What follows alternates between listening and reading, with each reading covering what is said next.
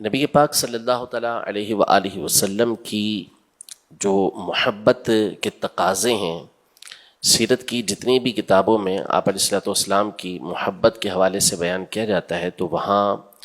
سب سے پہلا تقاضا نبی پاک صلی اللہ علیہ وسلم کی اطاعت و فرما برداری ہوتا ہے. یعنی آپ صلی اللہ علیہ وسلم کی سنتوں پر عمل کرنا، آپ کی پیروی کرنا، آپ کے پیچھے چلنا،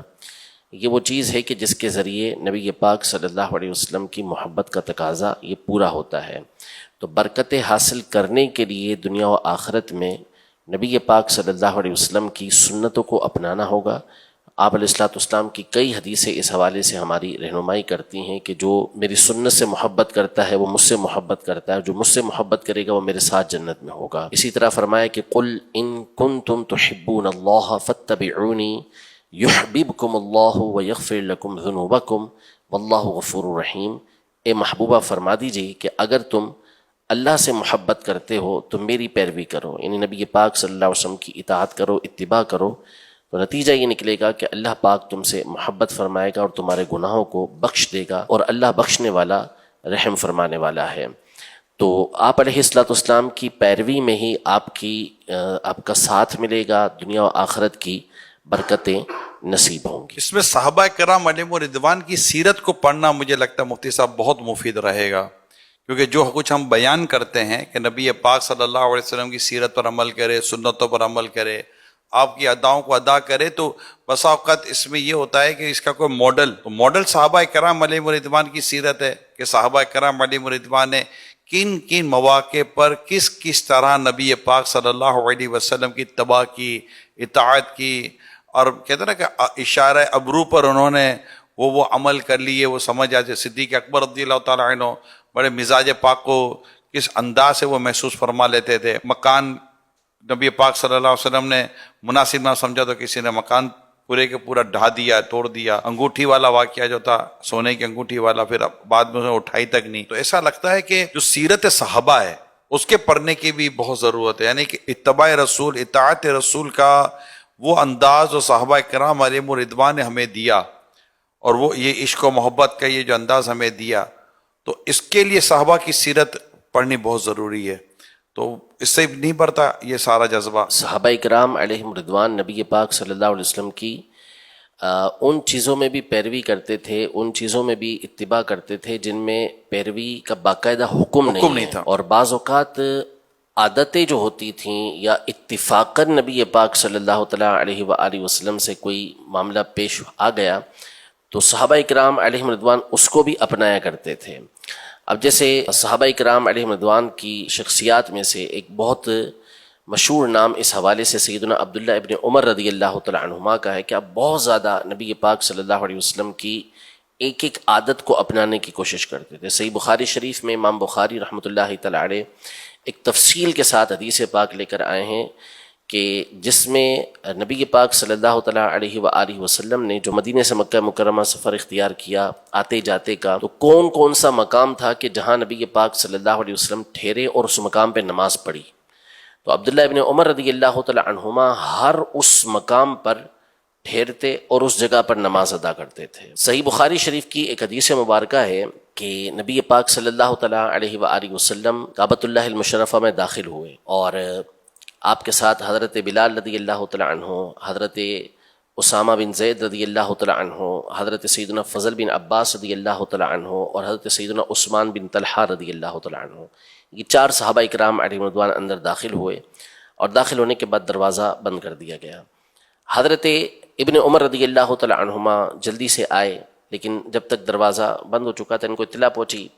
تو باہر جب آپ علیہ الصلوۃ والسلام تشریف لے کر آئے تو حضرت ابن عمر رضی اللہ تعالیٰ عنہما نے حضرت بلال رضی اللہ تعالیٰ عنہ سے پوچھا کہ کیا نبی پاک صلی اللہ علیہ وسلم نے کعبے میں نماز پڑھی تھی؟ انہوں نے کہا ہاں پڑھی تھی.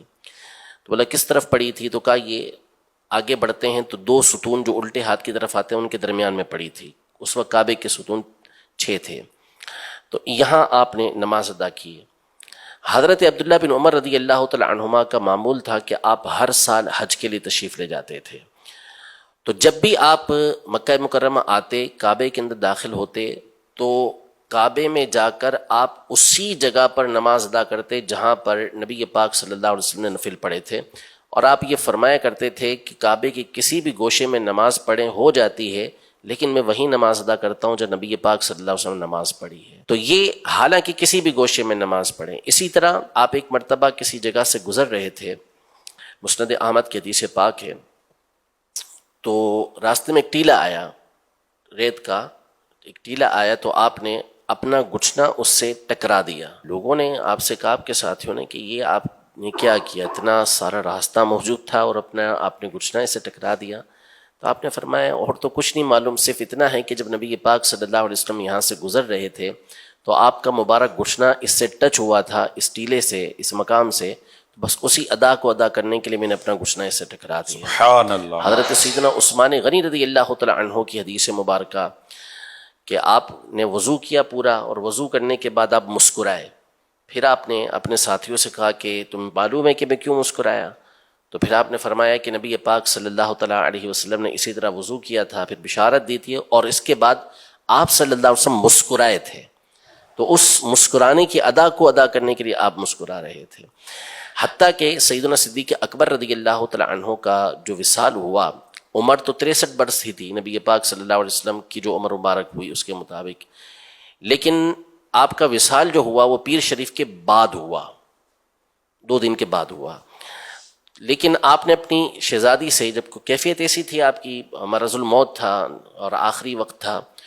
تو ذہنی کیفیت کے اعتبار سے اور ظاہر ہے کہ ایک تکلیف ہوتی ہے، تو آپ نے اپنی شہزادی سے پوچھا کہ نبی پاک صلی اللہ علیہ وسلم کا وصال کب ہوا تھا، دنیا سے پردہ کب فرمایا تھا؟ کہا کہ پیر کے دن۔ تو پھر آپ نے تمنا کی اور کہا کہ میں اسی رات کو انتقال کرنا چاہتا ہوں، یعنی عمر بھی وہ نصیب ہو، دن بھی وہ نصیب ہو کہ جس میں نبی پاک صلی اللہ علیہ وسلم دنیا سے گئے، کفن بھی اسی طرح کا، ہر چیز اس طرح کی۔ تو صحابہ کرام علیہم رضوان یہ ہمارے لیے ایک بہترین رول ماڈل ہے۔ یہ تصور والی بات ہے، سوچنے والی بات ہے کہ حضرت آدم علیہ السلام سے لے کر حضرت سیدنا عیسیٰ علیہ نبینا و علیہ السلام تک جتنے انبیاء کرام علیہ السلام آئے ہیں، یقیناً یہ سارے کے سارے کامل و اکمل ہیں، کسی کی زندگی کے اندر، کسی کی سیرت کے اندر کوئی کمی نہیں ہے، سب اعلیٰ و عرفہ ہیں۔ لیکن ہم اگر حضرت سیدنا آدم علیہ نبینا و علیہ السلام سے لے کر حضرت سیدنا عیسیٰ علیہ نبینا و علیہ السلام تک کی جو سیرت ہے اس کو مکمل پڑھنا چاہیں تو کون سی کتاب میں ہمیں یہ ملے گی؟ حضرت آدم علیہ السلام نے ساری زندگی یہ اعمال کیے، آپ کا مبارک حلیہ سر سے پاؤں تک اس طرح تھا، آپ علیہ السلام اس طرح کے کپڑے پہنا کرتے تھے، اس طرح بیٹھا کرتے تھے، اس طرح چلتے تھے، کہیں نہیں ملے گا آپ کو۔ چند واقعات یہ ملیں گے، ابراہیم علیہ السلام کی زندگی کے چند واقعات ملیں گے، موسیٰ علیہ السلام کی زندگی کے چند واقعات، عیسیٰ علیہ السلام کی زندگی کے چند واقعات، حالانکہ سارے کے سارے کامل ہیں، لیکن نبی پاک صلی اللہ علیہ وسلم کی زندگی، پیدائش کے واقعات یہ ہمیں بتائے گئے، آپ علیہ السلام نے اعلان نبوت سے پہلے کی زندگی کس طرح گزاری، اس وقت صادق و امین کے نام سے مشہور تھے، بہت سارے واقعات وہ ہمیں معلوم۔ اعلان نبوت کے بعد نبی پاک صلی اللہ علیہ وسلم کی زندگی کس انداز میں گزری، آپ کے اخلاق کریمہ کا ایک ایک پہلو، چاہے سخاوت کا ہو، چاہے شجاعت کا ہو، چاہے وہ حیا کا ہو، چاہے وہ حسن معاشرت کا ہو، گفتگو کرنی ہے تو کس سے کس انداز میں گفتگو کرنی ہے، گفتگو کرتے ہوئے آپ علیہ السلام مکمل طور پر سامنے والے کی طرف متوجہ ہیں، نظریں نیچے ہوتی تھیں تو کب آسمان کی طرف آپ دیکھا کرتے تھے، آپ علیہ السلام چلتے تھے تو چلتے ہوئے آپ صلی اللہ علیہ وسلم کس طرح محسوس ہوتے تھے کہ آپ گویا کے ڈھلان سے اتر رہے ہیں، آپ علیہ السلام بیٹھتے کس انداز میں تھے، سوتے کس انداز میں تھے،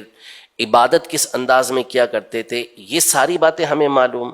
آپ علیہ السلام صبح اٹھتے کون سی دعائیں پڑھتے، تہجد کے وقت کون سی دعائیں پڑھا کرتے تھے، تہجد میں کتنی کتنی رکعتیں آپ ادا کیا کرتے تھے، آپ علیہ السلام لوگوں کے درمیان آتے تو کیا آپ کا انداز ہوتا، دعائیں کون کون سی، یعنی صبح سے رات تک کی دعائیں ہمیں معلوم۔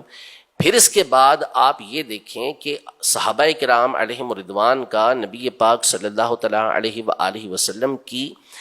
سیرت تو سیرت، آپ صلی اللہ علیہ وسلم کی صورت اور جسم مبارک کا ان لوگوں نے کس قدر گہرائی کے ساتھ مطالعہ کیا تھا، حلیہ مبارکہ کیسا تھا، یعنی آنکھ مبارک کے بارے میں بتا دیا کہ کس طرح اس کے اندر ڈورے ہوتے تھے، آنکھیں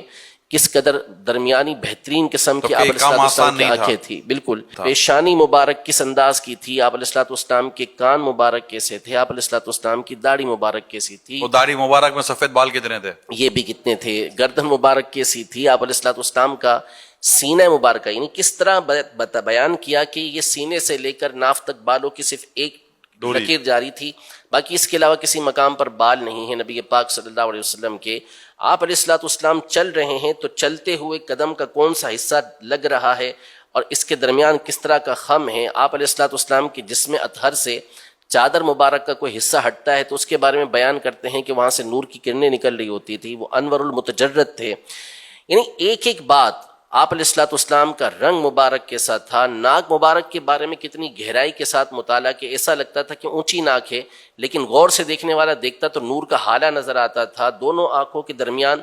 یہ ابرو ملی ہوئی تھیں یا ہٹی ہوئی تھیں، تو بیان کیا کہ نہیں ملی ہوئی نہیں تھی بلکہ درمیان میں ایک رگ موجود تھی، جب جلال آتا تو وہ رگ ابھرتی تھی۔ بال مبارک کس طرح تھے، ناخن مبارک کس طرح تھے، یہ کس نے بتایا ہمیں؟ صحابہ کرام علیہم رضوان نے بتایا۔ تو یہ صحابہ کرام علیہم رضوان کا وہ عظیم کارنامہ ہے کہ نبی پاک صلی اللہ تعالیٰ علیہ وآلہ وسلم کی صحبت کے لیے جن ہستیوں کو اللہ پاک نے چنا تھا وہ تھے ہی اس طرح کی کہ نبی پاک صلی اللہ تعالیٰ علیہ وسلم کی صحبت کے اندر رہ تو سکے۔ یہ جتنی بات آپ نے بیان کی کہ نبی پاک صلی اللہ علیہ وسلم کا یہ سب کچھ جو محفوظ ہوا، یہ بھی ایک یعنی یوں تو اس کی تو بہت ساری حکمتیں، بہت سارے اس کے مقاصد بیان ہو سکتے، لیکن اگر تھوڑا سا موضوع کی طرف بھی آئیں تو یہ آخری نبی ہونے کی طرف بھی یہ ہے کہ اب چونکہ آقا کے بعد کسی نبی نے آنا ہی نہیں ہے، اب سرکار صلی اللہ علیہ وسلم کی سارے باتیں اتنی محفوظ کر لی گئیں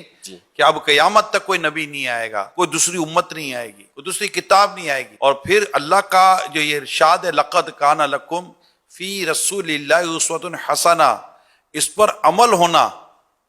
صحابہ کرام علیہ رضوان نے یہ سب کچھ ہمیں ان کی سمجھے کہ ان کے عشق و ان کی محبت، حتیٰ کہ ازواج مطہرات امہات المومنین نے جس طرح نبی پاک صلی اللہ تعالیٰ علیہ وسلم کی گھریلو زندگی، یعنی کہ یہ تو چلے باہر کی ایک زندگی تھی، لیکن امت کو تو گھریلو زندگی کا بھی تو سبق حاصل کرنا تھا کہ آقا صلی اللہ علیہ وسلم گھر میں کیسے رہتے۔ صحابہ کرام میں یعنی ایک تو ام المومنین سیدنا عائشہ صدیقہ رضی اللہ تعالیٰ عنہا نے بھی بیان کیا، دیگر ازواج مطہرات نے بھی اپنے اپنے طور پر بیان کیا، مگر ایک طرف جو بھی بات ہو رہی تھی کہ صحابہ کرام علیہ رضوان نے بھی امہات المومنین سے پوچھا ہے، معلومات لی ہے کہ آقا صلی اللہ علیہ وسلم کا انداز مبارک کیا ہوا کرتا تھا، تاکہ گھر کی زندگی بھی محفوظ ہو جائے، باہر کی زندگی محفوظ ہو جائے، اور ساری زندگیاں محفوظ ہوئیں۔ اور حضور صحابہ کرام علیہ رضوان نے یہ باتیں بیان کی، میں کہوں گا احسان ان کا بھی ہم پر ہے جنہوں نے ان باتوں کو بڑی ہی تحقیق اور بڑے عمدہ انداز سے ہم تک پہنچایا ہے۔ ابن عباس رضی اللہ تعالیٰ عنہما یہ حضرت ام المومنین میمونہ رضی اللہ تعالیٰ عنہا کے بھانجے تھے، تو نبی پاک صلی اللہ علیہ وسلم ایک رات جب حضرت میمونہ رضی اللہ تعالیٰ عنہا کے یہاں ٹھہرے، ان کی باری تھی، تو حضرت ابن عباس رضی اللہ تعالیٰ عنہما کو ان کے والد حضرت عباس رضی اللہ تعالیٰ عنہ نے خاص طور پہ بھیجا کہ رات کو جا کے دیکھو کہ آپ علیہ السلام عبادت کس طرح کرتے۔ تو وہ رات ٹھہرے اور رات میں نبی پاک صلی اللہ علیہ وسلم کی عبادت کا انداز دیکھ کر بیان کیا، حالانکہ چھوٹے تھے، کہ آپ علیہ السلام بیدار ہوئے، بیدار ہونے کے بعد وہ اپنی آنکھوں سے نیند کو دور کیا، یہ سب بیان کیا انہوں نے، مسح النوم، اور پھر اس کے بعد مشکیزے کے پاس گئے، مشکیزے کے پاس جو لٹکا ہوا تھا اس سے ہلکا ہلکا وضو کیا، پھر آپ نے آ کے اس انداز میں نماز ادا کی، وہ نماز کی پوری کیفیت انہوں نے بیان کی، پھر کون سے سورہ آل عمران کی آخری 10 آیتوں کی نبی پاک صلی اللہ علیہ وسلم نے تلاوت کی، اس بات کو انہوں نے بیان کیا۔ تو یہ صحابہ کرام علیہم رضوان نے اس انداز میں، اور پھر اس کے بعد چونکہ نبی پاک صلی اللہ علیہ وسلم کے بہت سارے فرمان تھے کہ بلغوا عنی ولو آیا، ایک ہی بات ہو وہ میری طرف سے پہنچا دو، اور فرمایا فلیبلغ الشاہد الغائب، کہ جو حاضر ہے وہ غائب تک پہنچا دے، جو یہاں موجود نہیں اس تک پہنچا دے، اور جگہ جگہ فرمایا نبی پاک صلی اللہ علیہ وسلم نے کہ آگے پہنچاؤ، کہ ہو سکتا ہے کہ جو جس کو پہنچایا جا رہا ہے وہ اس سے زیادہ اس کو یاد رکھنے والا، سمجھنے والا ہو کہ جس نے پہنچایا ہے۔ تو اس لیے ان صحابہ کرام علیہ رضوان نے آگے پہنچایا، وہ تابعین بھی نہ رکے، انہوں نے بھی آگے پہنچایا، اور یہ تو ایک ایسی جد و جہد ہے محدثین کی، فقہاء کرام کی، کہ حافظ ابن حبان رحمۃ اللہ تعالی علیہ المجروحین کے مقدمے میں ارشاد فرماتے ہیں کہ یہ محدثین انہوں نے اس انداز میں ان حدیثوں کو محفوظ رکھنے کی کوشش کی ہے کہ اگر کوئی شخص کسی حدیث کے اندر الف کا اضافہ کر دے یا واو کو ہٹا دے تو یہ بتا دیں گے کہ یہاں کہ اس مقام پر انہوں نے یہ غلطی کی ہوئی ہے. تو اس قدر ان لوگوں نے کوشش کی جس کی وجہ سے یہ ذخیرہ احادیث ہمارے سامنے محفوظ ہوا. نبی پاک صلی اللہ علیہ وسلم کی سیرت، آپ علیہ الصلوۃ والسلام کی سنتیں اور طریقہ کار ہم تک پہنچائے.